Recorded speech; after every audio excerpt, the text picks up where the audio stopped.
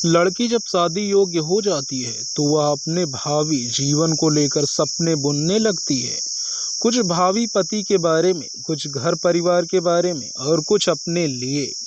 ऐसा इसीलिए होता है क्योंकि ज़्यादातर माँ बाप बचपन से ही बेटी के मन में यह बात बैठाना शुरू कर देते हैं कि शादी के बाद वह पराई हो जाएगी। कौन लड़की कैसे सपने बुनती है यह उसकी व्यक्तिगत और पारिवारिक स्थिति पर निर्भर करता है। कभी कभी कुछ लड़कियों के सपने टूट भी जाते हैं या उनके साथ कुछ अनहोनी हो जाती है, जैसे तलाक हो जाता है या हस्बैंड की मौत हो जाती है। ऐसे में कुछ लड़कियां गलत फैसला कर लेती हैं। आज की कहानी भी एक ऐसी ही लड़की की है। तो आइए जानते हैं एक लड़की के एक गलत फैसले से लेकर उसकी मौत तक की पूरी कहानी इस वीडियो में सिलसिलेवार तरीके से। नमस्कार दोस्तों, क्राइम कहानी चैनल में आप सभी का स्वागत है। कहानी में आगे बढ़ने से पहले यदि आपने अभी तक चैनल को सब्सक्राइब नहीं किया तो इस चैनल को सब्सक्राइब कर लीजिए, बेल आइकन को दबा दीजिए ताकि मेरे हर वीडियोस का नोटिफिकेशन आपको मिलता रहे। दोस्तों, आपके एक सब्सक्राइब से हमें मोटिवेशन मिलता है, तो सब्सक्राइब कर लीजिएगा। चलिए आज की कहानी शुरू करते हैं। मुंबई में मान खुर्द की रहने वाली रोहिणी गुलाब घोरपड़े ने भी अपने जीवन साथी को लेकर तरह तरह के सपने संजोए थे। पिता ने जब उसका विवाह मुंबई के ही अभिजीत घोरपड़े के साथ कर दिया तो अपने दिल में वह तमाम उमंगे लिए ससुराल चली गई। रोहिणी घोरपड़े को मन मुताबिक पति मिला जिससे वह हर तरह खुश थी। अभिजीत उसे बहुत प्यार करता था। उसकी गृहस्थ हंसी खुशी से चल रही थी। इसी दौरान रोहिणी घोरपड़े एक बच्चे की मां भी बन गई। परिवार में बच्चे के आने से उसकी खुशी और बढ़ गई, लेकिन उसकी इस खुशी की उम्र बहुत कम निकली। बच्चा अभी अपने पैरों पर खड़ा भी नहीं हो पाया था कि अभिजीत की मृत्यु हो गई।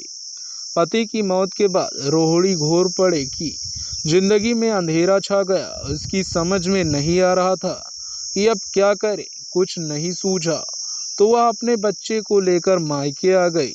पति की मौत के गम में वह दिन भर सती रहती। उसे न खाने की चिंता रहती न पीने की। वह हर समय गुमसुम रहती थी। घर वालों और अन्य लोगों के समझाने पर रोहिणी घोरपड़े ने घर से बाहर निकलना शुरू किया। बाहर निकलने से रोहिणी घोरपड़े धीरे धीरे सामान्य होती गई। किसी के सहयोग से उसे वासी नवी मुंबई के एक अस्पताल में कॉन्ट्रैक्ट पर नौकरी मिल गई। वह रोजाना मान खुर्द से वासी तक लोकल ट्रेन से अप डाउन करती थी। उसी दौरान रोहिणी घोरपड़े के गांव में रहने वाले रामचंद्र तुकाराम जाधव के माध्यम से उसकी मुलाकात सुनील सिरके से हुई। सुनील सिरके भी उसी अस्पताल में नौकरी करता था जिसमें रोहिणी घोरपड़े काम करती थी। रोहिणी घोरपड़े और सुनील सिरके अक्सर साथ साथ ट्रेन से आते जाते थे। रोजाना साथ आने जाने से उनकी अच्छी दोस्ती हो गई। सुनील सिरके से दोस्ती के बाद रोहिणी घोरपड़े खुश रहने लगी थी क्योंकि वह उससे अपने मन की बात कह लेती थी। उसे सुनील सिरके का व्यवहार बहुत अच्छा लगता था। धीरे धीरे दोनों की दोस्ती प्यार में बदल गई। रोहिणी घोरपड़े ने सुनील सिरके को अपने अतीत के बारे में सब कुछ बता दिया था। तब सुनील सिरके ने उसे भरोसा दिया कि वह उससे शादी करके जीवन भर उसका साथ निभाएगा। कई सालों तक उनका प्यार उसी तरह चलता रहा। इस बीच रोहिणी घोरपड़े ने उससे कई बार शादी करने को कहा, लेकिन वह बातें बनाकर उसे टाल देता था। वक्त के साथ 5-6 साल बीत गए, लेकिन सुनील सिरके ने उससे शादी नहीं की। रोहिणी घोरपड़े समझ गई कि वह उसके साथ सिर्फ मौज मस्ती कर रहा है, लिहाजा वह सुनील सिरके पर शादी के लिए दबाव डालने लगी। दूसरी ओर सुनील सिरके रोहिणी घोरपड़े से इसीलिए शादी नहीं कर रहा था क्योंकि वह पहले से ही शादीशुदा था। उसके 2 बच्चे भी थे। उसकी पत्नी को इस बात की भनक तक नहीं थी कि सुनील सिरके के किसी दूसरी महिला से अवैध संबंध है। शादी की बात को लेकर सुनील सिरके और रोहिणी घोरपड़े के बीच झगड़े होने लगे थे। किसी तरह सुनील सिरके की पत्नी को पति के अवैध संबंधों की जानकारी मिल गई तो वह घर के क्लेश करने लगी। इससे सुनील सिरके दोनों तरफ से घिर गया था। एक और पत्नी थी और दूसरी तरफ रोहिणी। दो नावों की एक सवार उसके लिए आसान नहीं थी। सुनील सिरके रोहिणी घोरपड़े से शादी करना चाहता था, लेकिन पत्नी के रहते रोहिणी घोरपड़े को घर लाना संभव नहीं था। दूसरी ओर रोहिणी घोरपड़े भी आसानी से मानने वाली नहीं थी। शादी के नाम पर सुनील सिरके पिछले 5-6 सालों से उसका शोषण करता आ रहा था। अंततः उसने रोहिणी घोरपड़े से छुटकारा पाने का फैसला किया। इस संबंध में उसने अपने दोस्तों रामचंद्र तुकारा जाधव और विजय सिंह मोरे से बात किया। तीनों ने जब इस मुद्दे पर विचार विमर्श किया तो रोहिणी घोरपड़े से छुटकारा पाने का एक ही उपाय नजर आया कि उसकी हत्या कर दी जाए। लिहाजा तीनों ने उसकी हत्या का फैसला कर लिया। इतना ही नहीं, हत्या कर लाश कहाँ ठिकाने लगानी है, इसकी भी उन्होंने योजना तैयार कर ली। योजना के अनुसार 13 नवंबर 2018 को सुनील सिरके मुंबई से 129 किलोमीटर दूर रायगढ़ स्थित अपने मूल गांव स्थित साल गया। वहां उसने अपने घर के करीब एक गहरा गड्ढा खोदा और मुंबई लौट आया। अब उसे किसी बहाने से रोहिणी घोरपड़े को वहां ले जाना था। इसीलिए उसने रोहिणी घोरपड़े से कहा, रोहिणी, लड़ते झगड़ते बहुत दिन हो गए, अब मैंने तुमसे शादी करने का फैसला कर लिया है। एक वकील मेरे जानकार हैं, हमें उनके पास चलना होगा। वह सारी कानूनी कार्रवाई कर देंगे। इसके बाद हम दोनों के साथ रहने में कोई समस्या नहीं होगी। सुनील सिरके की बात सुनकर रोहिणी घोरपड़े खुश हो गई। उसने सुनील सिरके के साथ जाने के लिए हामी भर दी। 14 नवंबर 2018 को रोहिणी घोरपड़े सहेली की शादी में जाने का बहाना करके अपने घर से निकल गई। सुनील सिरके उन्हें निर्धारित जगह पर मिल गया। उसके साथ रामचंद्र तुकाराम जाधव और विजय मोरे भी थे, जो MH2BK 4101 नंबर की कार लेकर आए थे। रोहिणी घोरपड़े खुशी खुशी उस कार में बैठ गए। इस कार में सब लोग 129 किलोमीटर दूर रायगढ़ पहुंचे। गांव पहुंचकर सुनील सिरके ने रोहिणी घोरपड़े से शादी के बारे में बात की तो वह शादी करने की जिद पर अड़ी रही। सुनील सिरके ने उसे समझाने की कोशिश की, लेकिन वह नहीं मानती, क्योंकि सुनील सिरके उसे शादी का झांसा देकर ही तो लाया था। इस मुद्दे पर बात बढ़ी तो रोहिणी घोरपड़े ने यह तक कह दिया कि अब वह चुप नहीं बैठेगी और पुलिस से शिकायत कर देगी। उसे जिद पर अड़ी देख रामचंद्र तुकाराम जाधव ने रोहिणी घोरपड़े के सिर पर फावड़े के डंडे से जोरदार प्रहार किया। प्रहार तेज था, जिससे रोहिणी घोरपड़े जमीन पर गिर गई।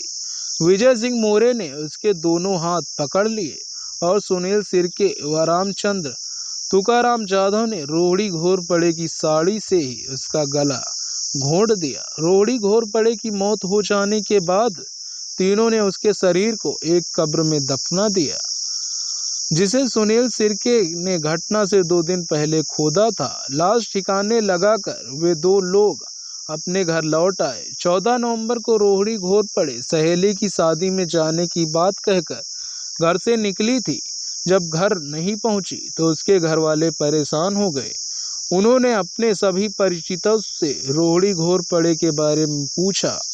जब कोई पता नहीं चला तो अगले दिन उसके भाई राजेंद्र गुलाब घोरपड़े ने उस अस्पताल में जाकर पूछताछ की जहां रोहिणी घोरपड़े काम करती थी। वहां से पता चला कि पिछले दिन रोहिणी घोरपड़े अपनी ड्यूटी पर आई ही नहीं थी। यह जानकर राजेंद्र और ज्यादा परेशान हो गया। अंततः 16 नवंबर 2018 को राजेंद्र थाना मानखुर्द पहुंचा और बहन के लापता होने की बात पुलिस को बता दी। राजेंद्र गुलाब घोरपड़े की शिकायत पर मानखुर्द पुलिस थाने के सीनियर PI नितिन बावड़े ने 28 वर्षीय रोहिणी घोरपड़े की गुमशुदगी दर्ज करके जरूरी कार्रवाई करनी शुरू कर दी। उन्होंने रोहिणी घोरपड़े के मोबाइल फोन की कॉल डिटेल्स निकलवाई, लेकिन उससे कोई खास जानकारी नहीं मिली। जिस अस्पताल में रोहिणी काम करती थी पुलिस ने वहां जाकर भी जांच किया। वहां पता चला कि रोहिणी के उसी अस्पताल में नौकरी करने वाले सुनील सिरके नाम के युवक से संबंध थे। पुलिस ने वक्त न गंवाकर सुनील सिरके को पूछताछ के लिए थाने बुला लिया। उससे पूछताछ करने पर भी रोहिणी के बारे में कोई जानकारी नहीं मिली तो पुलिस ने उसे छोड़ दिया।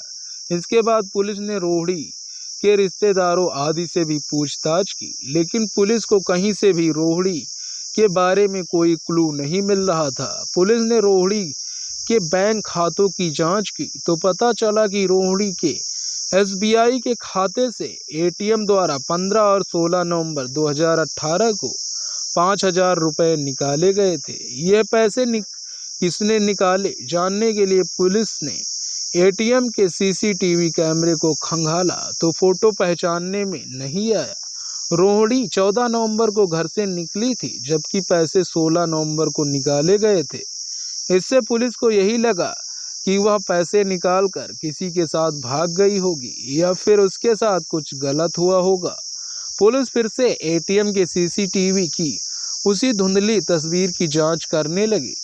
पुलिस ने वह तस्वीर उस अस्पताल के कर्मचारी को दिखाई जहां रोहिणी नौकरी करती थी।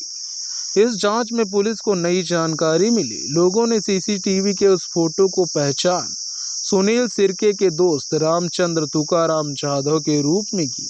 पुलिस ने फिर दोनों ATM सेंटरों के मोबाइल टावर से तमाम संदिग्धों का कॉल डाटा निकाला। इसी में एक नाम रामचंद्र तुकाराम जाधव का शक के घेरे में आया।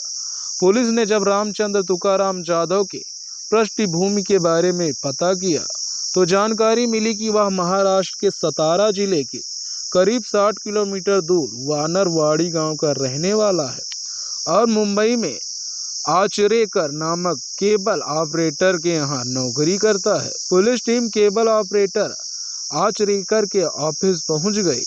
आचरेकर ने रामचंद्र तुकाराम जाधव के बारे में पूछताछ की गई तो उसने बताया कि रामचंद्र तुकाराम जाधव काफी दिनों पहले अपने गांव जाने की बात कर रहा था और अभी तक नहीं लौटा है। पुलिस उसके गांव पहुंच गई। रामचंद्र तुकाराम जाधव गांव में मिल गया। उसे हिरासत में लेकर पुलिस थाना मानखुर्द लौट आई। इसके साथ ही पुलिस ने सुनील सिरके को भी हिरासत में ले लिया। पुलिस ने उन दोनों से सख्ती से पूछताछ की तो दोनों ने रोहिणी की हत्या की बात स्वीकार कर ली। उन्होंने यह भी बताया कि उन लोगों ने अपने तीसरे साथी विजय सिंह मोरे के साथ मिलकर रोहिणी की हत्या की थी और उसकी लाश रायगढ़ जिले के सिरका गांव में दफना दी थी। सीनियर पुलिस इंस्पेक्टर नितिन बोबे अपने सहयोगी इंस्पेक्टर चंद्रकांत और SI तुकाराम घाट की व प्रताप देसाई माने आदि के साथ तीनों आरोपियों को उस जगह ले गए जहां उन्होंने रोहिणी घोरपड़े का शव दफनाया था। मान गांव के तहसीलदार की मौजूदगी में रोहिणी की लाश गड्ढे से निकलवाई गई। राजेंद्र ने लाश की पहचान अपनी बहन रोहिणी के रूप में किया। पुलिस ने जरूरी कार्रवाई कर लाश पोस्टमार्टम के लिए भायखला के सर JJ अस्पताल भेज दिया। इसके बाद पुलिस ने हत्यारोपी सुनील सिरके, रामचंद्र तुकाराम जाधव और विजय सिंह मोरे से विस्तार से पूछताछ करके उन्हें 6 फरवरी 2019 को न्यायालय में पेश कर जेल भेज दिया। आज की कहानी बस यहीं तक। दोस्तों, इन कहानी का उद्देश्य किसी को परेशान करना, किसी का दिल दुखाना नहीं है, बल्कि आपको जागरूक करना, आपको सचेत करना है। दोस्तों, ये कहानी के बारे में अपनी राय कमेंट बॉक्स में ज़रूर दें। यदि आपने अभी तक क्राइम कहानी चैनल को सब्सक्राइब नहीं किया तो सब्सक्राइब कर लें, क्योंकि आपके एक सब्सक्राइब से हमें मोटिवेशन मिलता है। तो दोस्तों, तब तक के लिए आप सभी अपना ख्याल रखें, हमें इजाज़त दें। धन्यवाद।